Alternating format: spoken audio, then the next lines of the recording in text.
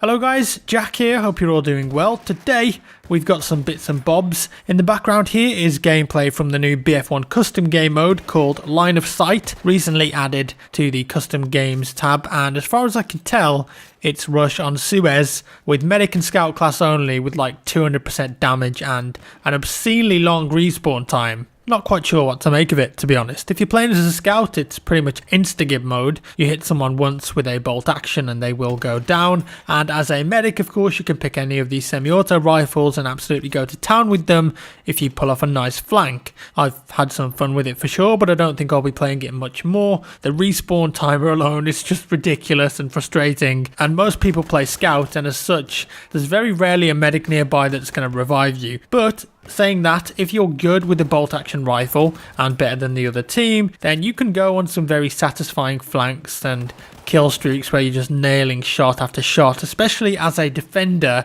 what I like doing is pushing up to the edge of the map, like the out of bounds zone, as close to the attackers as possible and hide in places that they don't expect, and then they go past you without checking because they don't think anyone's going to be there, and then of course you toast them. That can be fun. Makes me think though that much more could be done with the implementation of these official custom game modes though. It seems like we'll only be getting them on one map at the moment. Fog of War was only on Argonne, Line of Sight on Suez. I'd personally love to play these game modes on more maps, and also since Line of Sight was introduced, it looks like you can't play Fog of War anymore. So I guess what DICE are going for is like a rotation thing, kind of like Overwatch do with the Brawl game mode. Perhaps in the future they could bring back the most popular ones and let you choose from a few at a time. Also, not much in terms of news for Battlefield going on at the moment. Obviously, we've got the free DLC map and patch coming up sometime in December, so I am looking forward to those. The Battlefield 1 tournament at I-59, which I talked about previously in that competitive video I did, has now been cancelled, which everyone kind of expected anyways, so that probably means that the patch won't be deployed this week, as the event starts on Thursday and ends on Sunday. And I'm really hoping that the new patch adds more custom server options like password, kick, etc. As I've said in previous videos, all of that stuff really should have been in at launch, but I guess DICE just needed more time to implement it. I wanted to say a big thank you to you guys as well again. The last few Battlefield videos have done very well for views, thumbs up, comments, etc. And I've been doing a crap load of giveaways too. Publishers are very good at giving me codes to give away. Sometimes I don't even need to ask. And as such, I've actually got some more stuff to give away today. The first lot is a bunch of Battlefield 1 keys courtesy of Dan Mitre, who's the global lead community manager on BF. And he's given me 2 PC codes for BF1 worldwide, 2 PS4 Ultimate Edition codes for North America, 2 PS4 standard codes for Europe, 2 Xbox One standard codes which are worldwide, and 2 deluxe upgrade codes for Xbox One which are also worldwide. If you want a chance of winning one of these codes, then leave a comment down below and let me know which version you want, and I'll pick people at random to win those and DM them the codes. Also, if you're feeling nice, hit that thumbs up button as well. That would be much appreciated. There will be something else later on in the video too, but we'll get onto that when I switch to real life mode. So moving on, something that's a bit left field, but just go with me. You may not have heard of a man called Roland Smedberg, otherwise known as Roly the Poly, but I bet you've seen some of his video game trailers.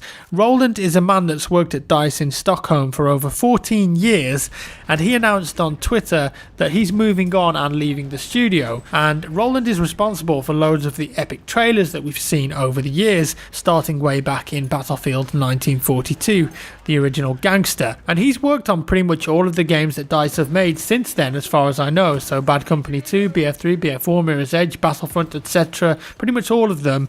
And let's be honest, DICE makes some of, if not the best, video game trailers, which really just showcase how the games feel when you're playing them. One of his best works, I think, was the Battlefield 3 Caspian Border multiplayer reveal trailer back in August of 2011. I only ever met him once, very briefly, but Roland's trailers were a massive inspiration to me and many others, fans of the Battlefield series or not, and I think his style has been mimicked frequently since the DICE trailers started gaining popularity. But what was so inspirational about these trailers for me though was that mostly they're all filmed in-game. Yeah, there's a few scripted in-engine cinematics from time to time that community members don't really have access to, but for the most part, it's all in-game. And that gave me the inspiration when I started out on YouTube in October of 2011 to try and make my own in-game videos, montages, fake trailers, etc. in Battlefield 3. So really, I owe a lot to this guy for inspiring me in the first place. I just thought that we should give him a proper send-off from the Battlefield community and say, hey, you know what, thanks for all your hard work and for creating some of the coolest shit in video game trailers, and we wish you luck on whatever comes next. Moving on now, something a little bit different. I had a tweet recently from a viewer saying, hey, can you show us some of the cool stuff that you've been sent or you've acquired from games companies because of your YouTube channel? I'd mentioned it previously in a video, I think, so I thought, well, I've not really done something like that before, like the stuff that I've accrued over the years, so to speak, because I am quite a private person generally. But as they asked so nicely, I thought, well, why not? So I've picked out some of the most interesting things, I suppose, from YouTube and games companies to share with you guys. I thought you might find this stuff kind of interesting, as you don't usually get to see it on my channel here. It's kind of all behind the scenes. So first up, these are my 100,000 and 1 million subscriber plaques from YouTube. When you hit 100,000, YouTube sends you a silver play button as a nice gesture and a voucher for a photography website. And then at 1 million subscribers, they send you this huge gold 1 million subscribers plaque, which is massive and very heavy. It's usually mounted on the wall, but I took it down just for this. And you can choose to have your channel name or logo on there, but I went with the logo because I think it just looks a bit more stand out that way. And YouTube also sent me this in January at the start of this year. It's a 2015 yearbook kind of thing. It's a bit weird. So it says that I started my adventure in 2011, which is correct, and my first ever video was Battlefield 3 multiplayer quality test. What an absolute stunner that was, and it was just like 1 minute 40 seconds of me and my mates just playing BF3 on the day it was launched. And then some other stats in the book as well, like how many views in total at the point that the book was printed, what the most popular videos are, how many subscribers. It's pretty neat. And then it shows you like all of the other channels in each category who have over 1 million subscribers. It was a nice surprise to receive that. This book as well, the Marconi Code. It's a bit more recent, but there's an interesting story to it. So remember the BF1 Morse code Easter egg? Get the headphones, take them to the station, and it plays Morse code. But the Morse code was completely garbled originally, and it didn't make much sense. So in the Easter egg Discord community, a guy called Raxel came up with this theory that maybe you needed Marconi code instead of just normal Morse code to decipher it. And it was a good theory because of how the Morse looked, and also the fact that the in-game telegraph machines look like the wireless Marconi code machines that were used in World War I. Now, unfortunately, you can't get hold of scans of this book online, and it's only in a few libraries around the world, so we had no way of really checking it out. And me jumping the gun a bit, I actually found somewhere online that sold it, and this was a German book reseller who collects like antique books. But because the book is from 1919 and it's hard to get hold of, it's actually quite expensive, and it costs around £100. But because I thought, hey, DICE have gone to the next level here with these Easter eggs maybe, if the theory is correct, then I might actually be able to use this book to decipher the code and continue the Easter egg. So the book arrived, but of course, a few days later, the patch came out and DICE changed the Morse code to say that the previous message was corrupted. Wait for new instructions.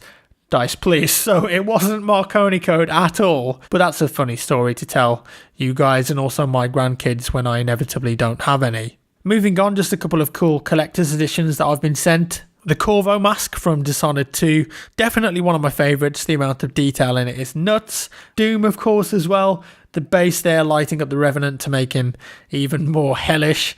A custom Xbox 360 controller that Xbox sent me with Jack Frags engraved on it. I like that one a lot. And then there's these two Titanfall Xbox One controllers, and I picked these up at a Titanfall event. The reason I kept them in their boxes is because it's actually got the incorrect age rating printed on it, and they eventually changed the packaging before it went to retail, so they had the correct one on. But because of that detail, it could be quite an interesting collector's piece to have, so I did hold on to them and keep them in the box. And then the Titanfall Collector's Edition statue, absolutely love that thing. Now this here then, as you can see, is a copy of Star Wars Battlefront on the PlayStation 4, and it's covered in signatures, and these are the signatures of most of the team at DICE that actually made Star Wars Battlefront. How did I get this? Well, I was part of the Game Changers program for Battlefront, where a group of us got to play the game early and give feedback on it, and one of the times that I went over to DICE Stockholm to play, they actually did this for me and signed the game, which was super nice, and I'm very grateful for it. Unfortunately, signatures are notoriously hard to read, so if you guys know or you can tell who they belong to, then I'd love to know so I can keep a record of them. This is pretty cool as well, this dubstep gun from Saints Row. You pull the trigger and, well, you get dubstep.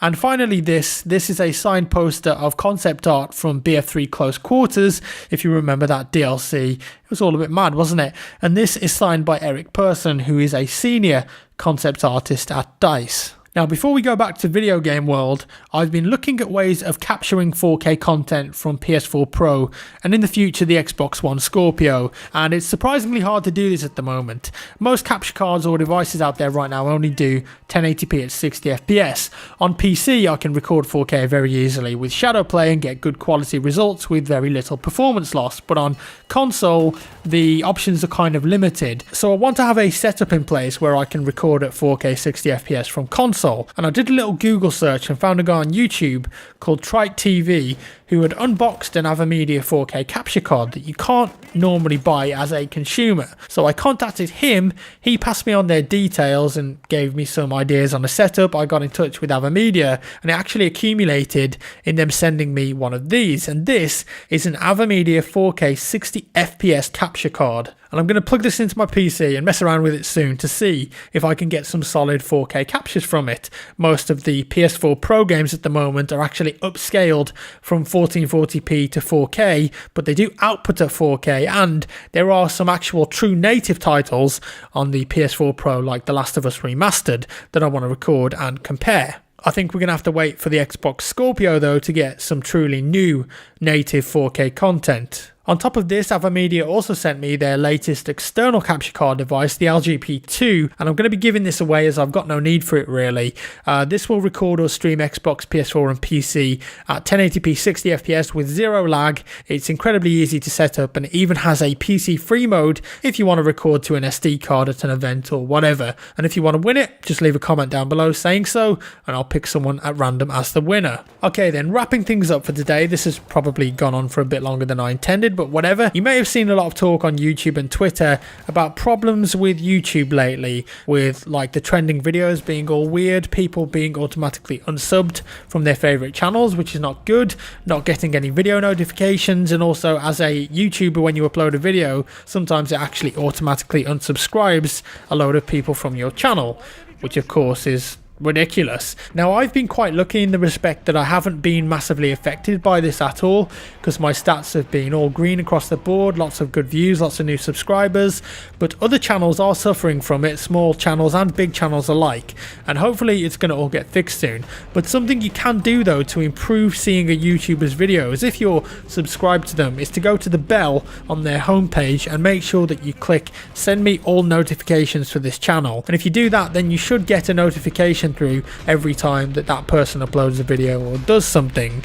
Right then, so that's all for today folks. I know this one was a bit different than usual, but I hope you enjoyed it either way. If you did, let me know by hitting that thumbs up button and leaving a comment down below. If you didn't like it, a thumbs down. Once again, thanks ever so much for watching guys, and I'll see you in the next one.